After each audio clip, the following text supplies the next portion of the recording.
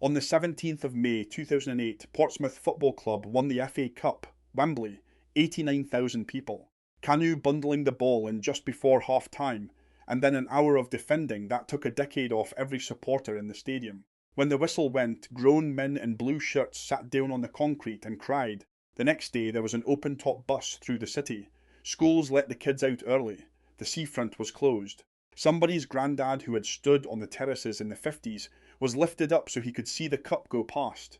5 years later, an administrator stood in front of those same people and explained that unless a deal was completed within a matter of days, Portsmouth Football Club would be liquidated. Not relegated, not embarrassed, finished, gates locked, assets sold, name filed away in a court document. Between those two moments there were 4 owners in a single season, players and staff going months without wages, 2 separate administrations. The first ever administration of a Premier League club, 3 relegations in 4 years, and a fight in the High Court over who actually owned the ground. At the end of it, the people who saved the club were not billionaires. They were plumbers and teachers and dockyard workers who put £1,000 each into a bank account and bought it themselves. This is how you win the oldest cup competition on earth and nearly cease to exist. Start with what Portsmouth actually is, because everything that follows comes from that. It is a city club on an island. Portsea Island on the south coast, packed tight, naval, working. Fratton Park holds about 20,000, and in the 2000s it was old in a way Premier League grounds had stopped being. Narrow stands, a pitch that seemed too close, a ground that physically shook when they scored. Visiting players used to talk about the noise like it was weather. That is the scale you need to hold in your head. 20,000 seats. A mid-sized city. No global brand, no wealthy hinterland, no overseas fan base. In Premier League economics that puts you permanently in the bottom quarter of income, and no amount of good management changes it. Portsmouth came up in 2003. Instead of doing what clubs that size normally do, which is survive, sell, survive again, they decided to compete. They had a manager who could talk the birds out of the trees. Harry Redknapp's actual genius was persuading very good, slightly older, extremely well-paid footballers that a season at Fratton Park would be the most fun they had ever had. And from 2006, he had the money to close the argument because Alexandre Gaydamak, a young French-Israeli businessman, had bought control of the club and opened the taps. What followed still looks insane written down. Sol Campbell, David James, Glenn Johnson, Jermaine Defoe, Peter Crouch, Lassana Diarra, Sulaiman Kanu, Nico Kranjkar. Internationals in their prime, on Premier League wages, at a club with 20,000 seats and a training ground that had seen better decades. Supporters were not naive about it. Everybody in the city could do the rough arithmetic. But football fans have a particular relationship with that kind of knowledge. You clock the danger, then Sol Campbell signs, and you decide to worry about it another day. Another day arrived. But first, the bit that made it worth it. The 2007 to 2008 Cup run had a feeling about it from early on. The quarter-final was at Old Trafford, and it produced one of the strangest afternoons in the competition's modern history. Manchester United's goalkeeper was sent off. Rio Ferdinand went in goal. Sulaiman Al Fahim put the penalty away, and Portsmouth won 1-0 at Old Trafford with a defender keeping. West Brom in the semi, Cardiff in the final, 1-0 Kanu Cup won. You have to say this clearly, because it is how Portsmouth fans still feel about it. It was worth it.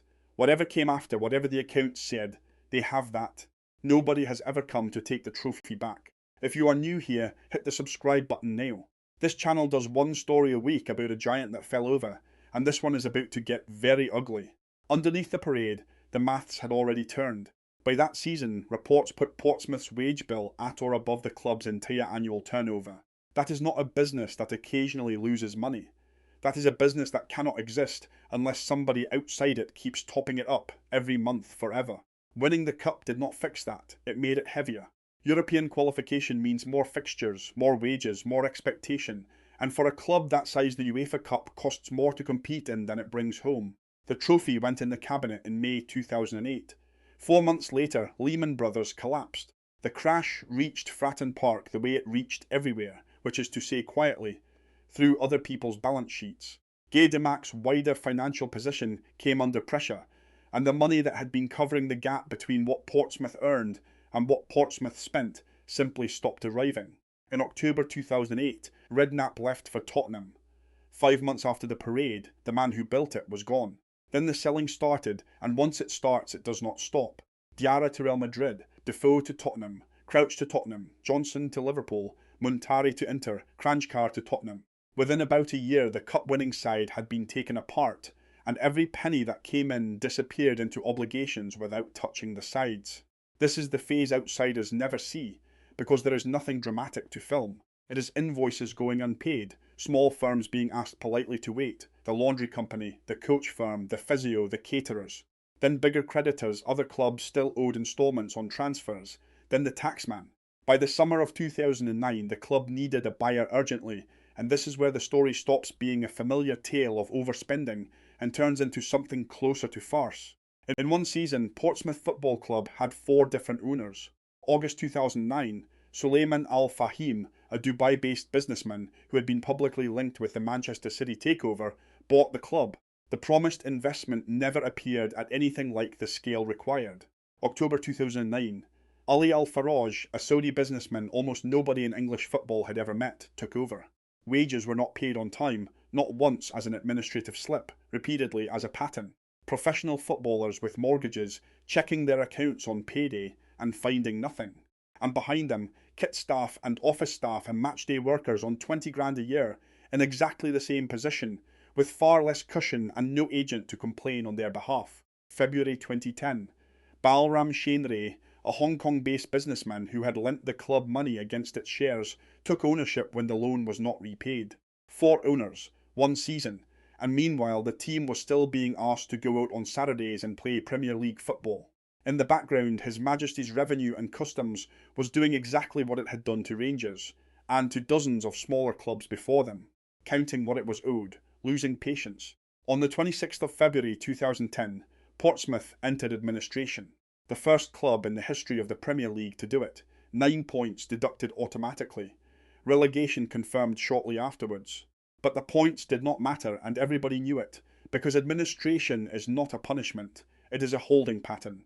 It means an insolvency practitioner is now running your football club while he works out whether it can be sold as a going concern or whether it should be broken up, sold for parts, and shut down. The reported debts ran to tens of millions, spread across the taxman, other clubs, banks, and hundreds of ordinary businesses in and around the city. Companies that had supplied a Premier League club in good faith and were now being told they would get pennies, if anything. Subscribing takes 2 seconds and it is free, and it is the only reason stories like this one get made. Do that now and let us keep going. Because this story refuses to behave itself, Portsmouth then reached the FA Cup final again. May 2010. A club in administration, docked 9 points, already relegated, unable to reliably pay its own staff, walked out at Wembley to play Chelsea in the final of the FA Cup. They lost 1-0. They remain the strangest finalists the competition has produced. A team playing for a club that a court might shortly dissolve. They could not even take the European place that came with it. Because of the financial position, Portsmouth were refused a UEFA licence, and the spot went elsewhere. Later that year, the club exited administration through a company voluntary arrangement. That is a legal deal where creditors accept a fraction of what they are owed so the business can carry on trading. Reports at the time put it at around 20 pence in the pound. Some of those creditors were local firms that never recovered. That should have been the bottom. It was not.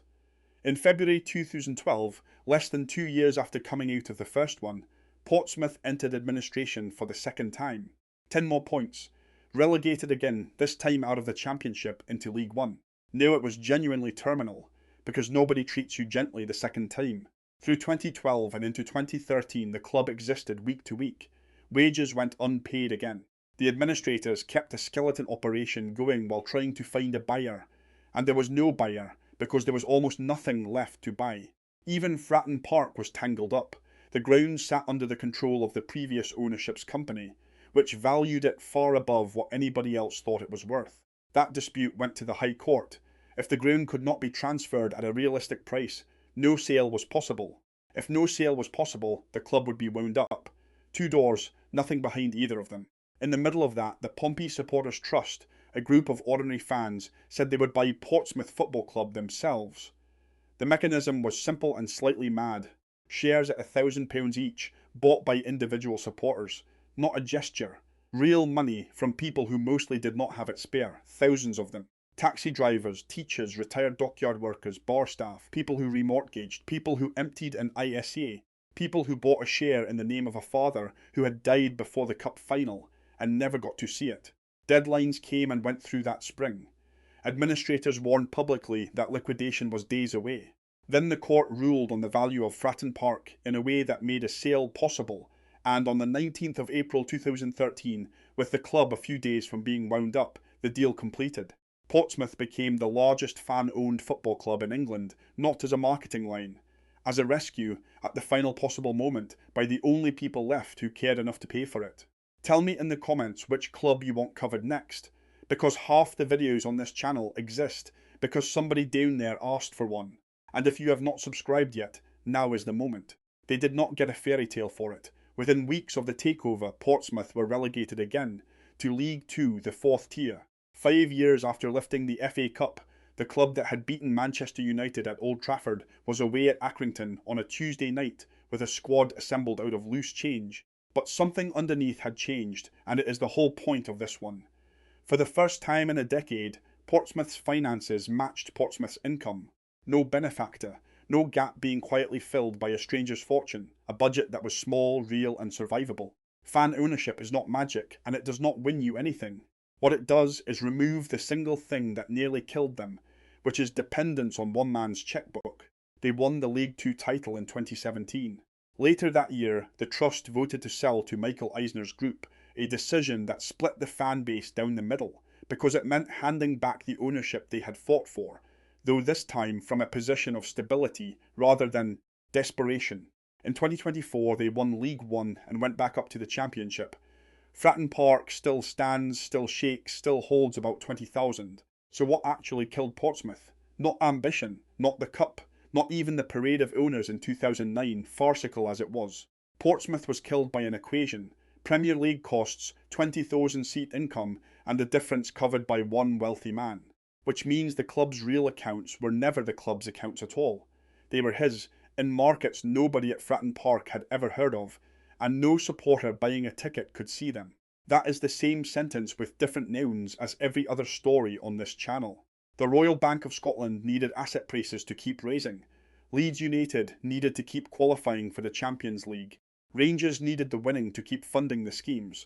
Gretna needed one man to stay healthy. None of them were destroyed by the thing they were afraid of.